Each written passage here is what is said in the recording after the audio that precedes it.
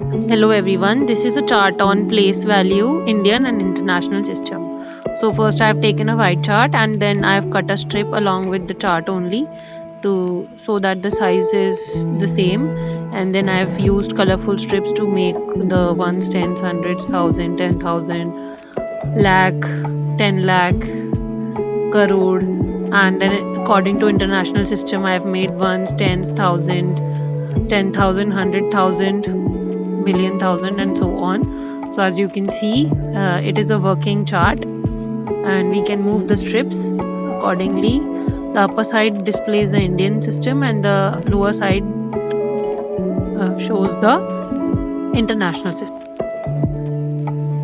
I have cut with a cutter through the strips in between so that I can put through the colorful strips, and I've used A4 size sheets and then written the digits 0 to 9 in them.